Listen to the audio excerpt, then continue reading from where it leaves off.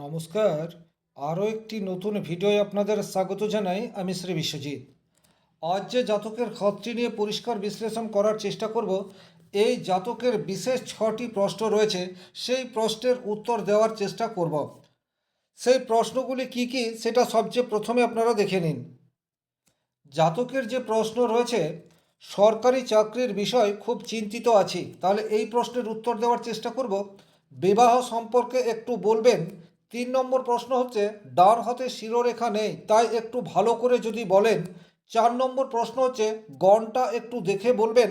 5 নম্বর, কোন গণের সাথে বিয়ে হলে ভালো হবে। এবং 6 নম্বর প্রশ্ন হচ্ছে হস্তরেখা বিচার করে আপনার মত বলুন।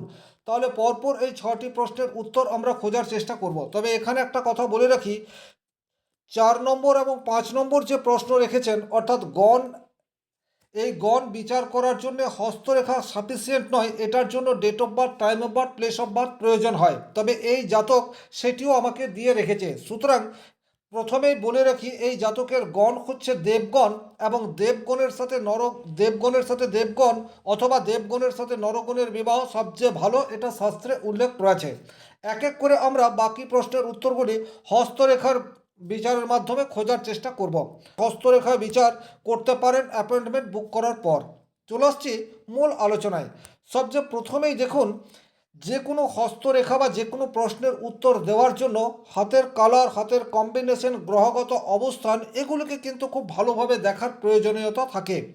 তাহলে এখানে যদি আমরা হাতটিকে দেখি, এই হাতটি জলতত্ত্ব এবং পৃথ্বীতত্ত্বের সংমিশ্রণ রয়েছে, কিছুটা বায়ুতত্ত্বের প্রভাব সেটিও এই হাতের মধ্যে লক্ষ্য করা যায়।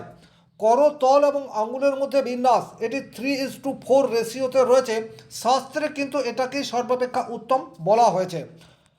এবারে এক এক করে যদি আমরা গ্রহ পর্বগুলিকে বিশ্লেষণ করি, সেক্ষেত্রে আমরা দেখতে পাচ্ছি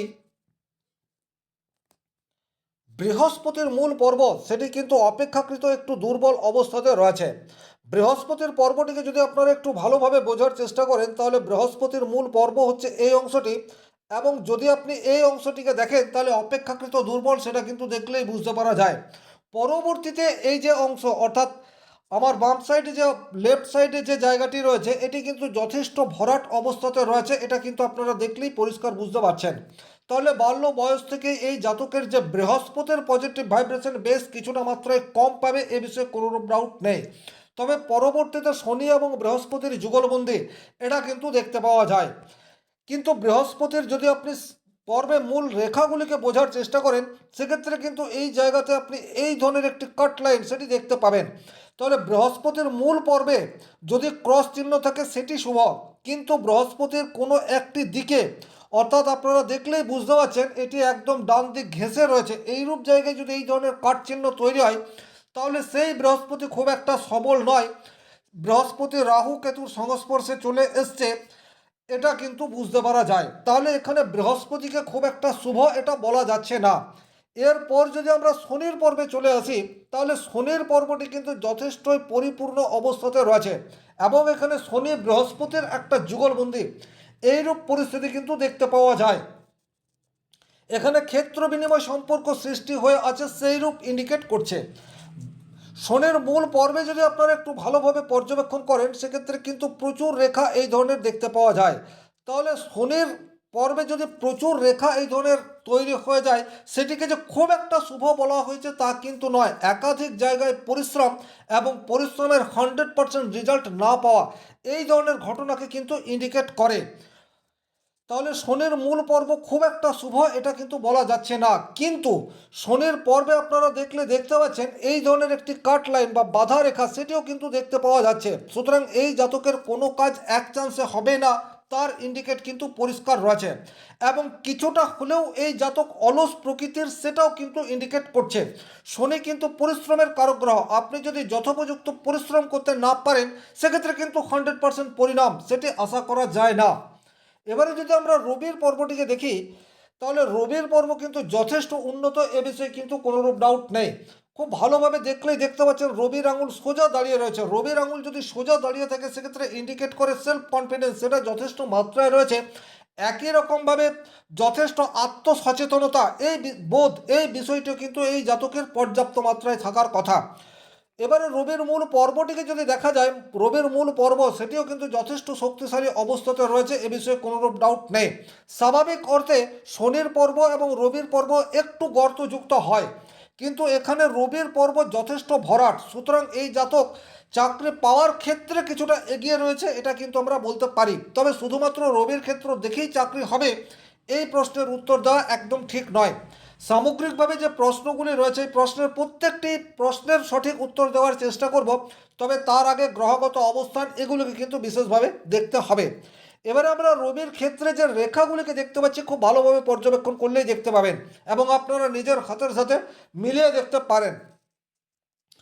রবির ক্ষেত্রে প্রমিনেন্ট এই ধরনের একটি রবি রেখা সেটি কিন্তু স্পষ্ট রয়েছে, সুতরাং এটি কর্মক্ষেত্রে স্টেবিলিটি এই বিষয়টিকে কিন্তু ইন্ডিকেট করে।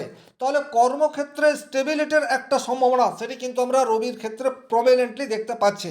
এবারে রবির ক্ষেত্রে কিন্তু আমরা এই ধরনের আরও একটি রেখা দেখতে পাই এবং এই লেফট সাইডের রেখাটিকে অর্থাৎ এই রেখাটিকে যদি দেখেন তাহলে এই রেখাটি কিন্তু যুগ্ম অবস্থায় নেই। এখানে বুধের দিক থেকে এই ধরনের একটি জ্ঞান রেখা সেটা কিন্তু রবি রেখার সাথে মিলিত হয়ে রয়েছে। তাহলে এখানে কিন্তু এই ধরনের কম্বিনেশনকে বুধাদিত্য যোগ বলা হয়। যাদেরই হাতে এই ধরনের কনিষ্ঠ আঙুলের দিক থেকে কোনো একটি রেখা এসে রবি রেখার সাথে মিলিত হয়ে রয়েছে, আপনারা দেখুন আপনাদের জন্মকুণ্ডলিতে বুধাদিত্য যোগ সেটি থাকবে। আপনাদের ইনটিউশন পাওয়ার সেটা কিন্তু অন্যান্য মানুষের চেয়ে একটু অধিক, এ বিষয়ে কিন্তু কোনোরূপ ডাউট নেই। তাহলে এখানে বুধ সে কিন্তু মোটামুটি শক্তিশালী এটা বলা যেতে পারে, কারণ রবি বুধের একটা সমন্বয় সেটা তৈরি হয়ে রয়েছে। তবে প্রথম জীবনে যে কর্মপ্রাপ্তির জন্য অধিক মাত্রায় পরিশ্রম করতে হবে তার ইন্ডিকেট রয়েছে রবির ক্ষেত্রে এই ধরনের রেখাটি। তাহলে প্রথমে বাধা আসবে, সেই বাধাকে অতিক্রম করার জন্য অতিরিক্ত পরিশ্রম প্রয়োজন। এখানে শনির ক্ষেত্রটিকে দেখুন, কিছুটা অলস প্রকৃতি তার ইন্ডিকেট আমরা শনির ক্ষেত্র থেকে পাচ্ছি। তাহলে প্রথম প্রশ্নের যে উত্তর, সরকারি চাকরির জন্য প্রচুর চিন্তায় আছি, চিন্তা করার মতো বিষয় সেটা কিন্তু হাতের মধ্যে পরিলক্ষিত হচ্ছে। কিন্তু এখানে একটা কথা বলবো, এই জাতক যদি প্রচুর মাত্রায় পরিশ্রম করতে পারে এবং লক্ষ্য স্থির রেখে পরিশ্রম করতে পারে, সেক্ষেত্রে কিন্তু এই জাতকের সরকারি চাকরি পাওয়ার প্রবাবিলিটি সেটা তৈরি হয়ে রয়েছে। তবে সরকারি চাকরি পাওয়ার আগে কোনো প্রাইভেট সেক্টরে চাকরি পাওয়ার যোগ সেটি প্রবলভাবে ইন্ডিকেট করছে। তার কারণ হচ্ছে এই জায়গাটিকে যদি আপনি লক্ষ্য করেন তাহলে প্রথমে যে চাকরি পাবে সেই চাকরি দীর্ঘায়িত হবে না, সেই চাকরি চলে যাওয়ার পর স্টেবল চাকরি পাবে তার ইন্ডিকেট আমরা হাতের মধ্যে দেখতে পাই। তাহলে প্রথমে প্রাইভেট সেক্টরে চাকরি করবে, প্রাইভেট সেক্টরে চাকরি যাওয়ার পর সরকারি ক্ষেত্রে চাকরি পাওয়ার যোগ সেটি প্রবলভাবে রয়েছে। এবার আমরা বুধের ক্ষেত্রটিকে যদি ভালোভাবে বোঝার চেষ্টা করি তাহলে এই জাতকের কমিউনিকেশন গ্যাপ সেটি কিন্তু যথেষ্ট মাত্রায় দেখতে পাওয়া যায়। বুধের আঙুল অপেক্ষাকৃত অনেকটা ছোট এবং বুধের ক্ষেত্রে যে লাইনগুলি রয়েছে এই লাইনগুলিকে দেখতে হবে। বুধ এখানে দুর্বল সেটি কিন্তু বলা যাবে না, কিন্তু বুধের ক্ষেত্রে এই ধরনের বক্র লাইন, এই লাইনগুলি কিন্তু মানসিক চাঞ্চল্যতা এই বিষয়টিকে ইন্ডিকেট করে। লক্ষ্য স্থির রাখার ক্ষেত্রে প্রতিবন্ধকতা এই বিষয়গুলিকে ইন্ডিকেট করে এবং কিছুটা হাই অ্যাম্বিশনের ক্ষেত্রে দুর্বলতা রয়েছে এই বিষয়গুলিকেও ইন্ডিকেট করছে। তাহলে বুধ এখানে অত্যন্ত শক্তিশালী সেই রূপ কিন্তু বলা যাচ্ছে না, তবে বুধের ক্ষেত্র মোটামুটি ঠিকঠাক রয়েছে। এরপর আমরা যে গ্রহটিকে দেখব সেই গ্রহটি হচ্ছে মঙ্গল। খুব ভালোভাবে আপনারা যদি দেখেন তাহলে মঙ্গলের ক্ষেত্রে যথেষ্ট প্রমিনেন্ট রয়েছে। আত্মবিশ্বাস বা সেলফ কনফিডেন্সের কারক গ্রহ হচ্ছে মঙ্গল। এখানে মঙ্গলের ক্ষেত্রটিকে দেখলে আপনারা দেখতে পাচ্ছেন যথেষ্ট ভরাট, সুতরাং মঙ্গল শক্তিশালী এটা আমরা বলতে পারি। মঙ্গলের ক্ষেত্রে যে রেখাটি রয়েছে এই রেখাটি কিন্তু একটি বিপজ্জনক রেখা, খুব কম মানুষের হাতে এই রেখাটি দেখতে পাওয়া যায়। এই রেখাটি যদি হাতের মধ্যে দেখতে পাওয়া যায় তাহলে এই রেখা কিন্তু চোট আঘাত এই বিষয়টাকে ইন্ডিকেট করে, হঠাৎ করে কোনো দুর্ঘটনা এই ধরনের বিষয়কে ইন্ডিকেট করে। যে বয়সে এই রেখাটি থাকবে সেই বয়সে কিন্তু একটি দুর্ঘটনার যোগ হিসেবে আমরা দেখতে পারি। তাহলে এখানে কিন্তু বর্তমান সময়ে যদি আপনি দেখেন তাহলে এই রেখাটি কিন্তু রয়েছে এবং এখান থেকে যে রেখাটি যাচ্ছে সেটি হচ্ছে ভাগ্য রেখা হিসেবে আমরা বলতে পারি। তাহলে বর্তমান পরিস্থিতিতে ভাগ্যের সহায়তা একদম পাচ্ছে না।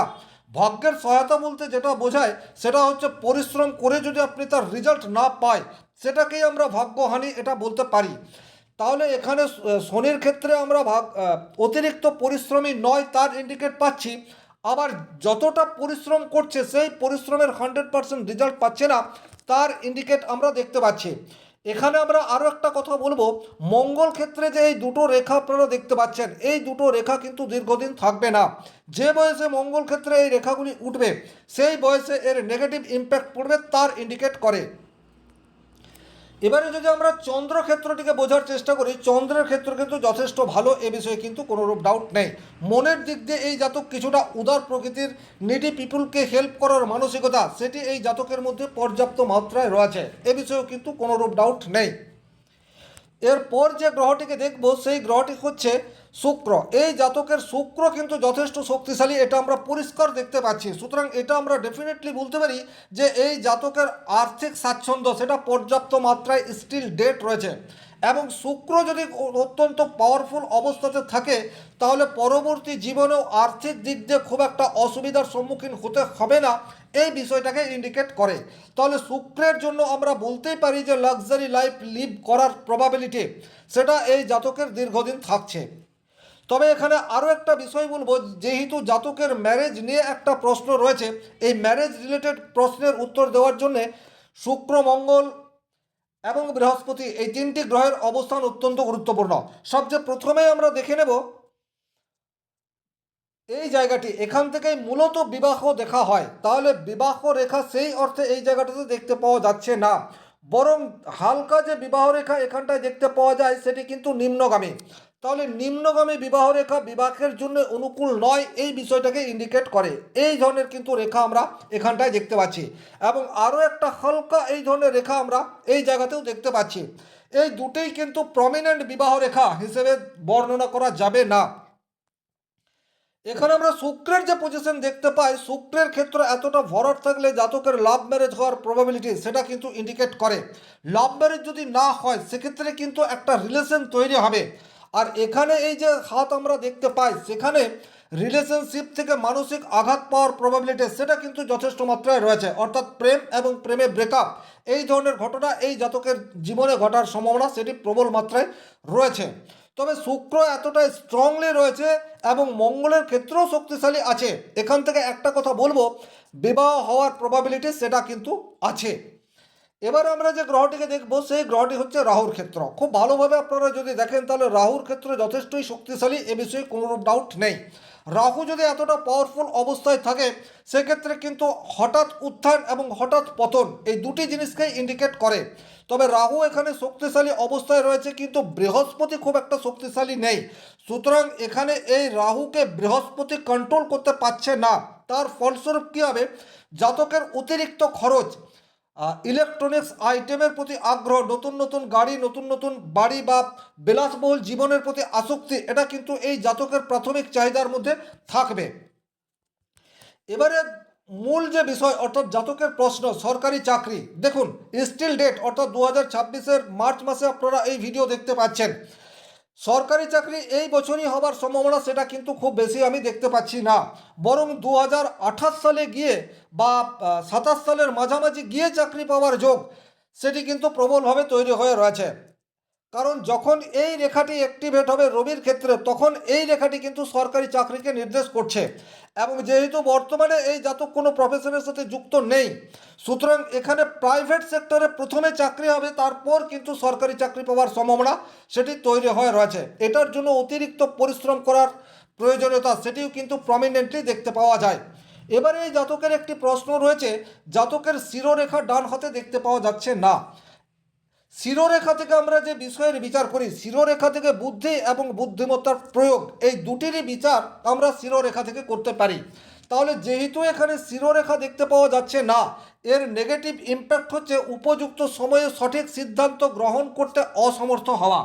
জাতকের কাছে সুযোগ আসবে, কিন্তু সেই সুযোগের সদ্ব্যবহার জাতক সময় মতো করতে পারবে না, এই বিষয়টির ইন্ডিকেট করে। তবে শুধুমাত্র একটা রেখা দেখেই বিচার করা যায় না, সেই রেখাটি কোন গ্রহের ইনফ্লুয়েন্সে রয়েছে এই বিষয়টি কিন্তু অত্যন্ত গুরুত্বপূর্ণ। তাহলে শিরোরেখা বৃহস্পতি এবং মঙ্গল দ্বারা বিশেষভাবে প্রভাবিত হয়। বৃহস্পতি হচ্ছে জ্ঞানের কারক গ্রহ, মঙ্গল হচ্ছে সাহস এবং যুক্তির কারক গ্রহ। আজ আমরা আমাদের বিচার বুদ্ধিকে তখনই যথাযথভাবে কাজে লাগাতে পারি যখন আমাদের মধ্যে যথেষ্ট জ্ঞান এবং যুক্তি এই দুটির সংমিশ্রণ ঘটে।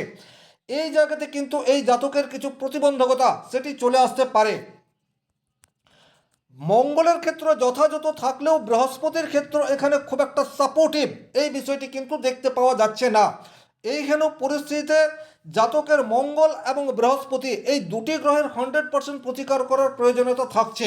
কী ধরনের প্রতিকার করার প্রয়োজন সেটি এই জাতকের সাথে ভিডিও দেখার পর যখন আমার কথা হবে অবশ্যম্ভাবী বলে দেওয়া যাবে।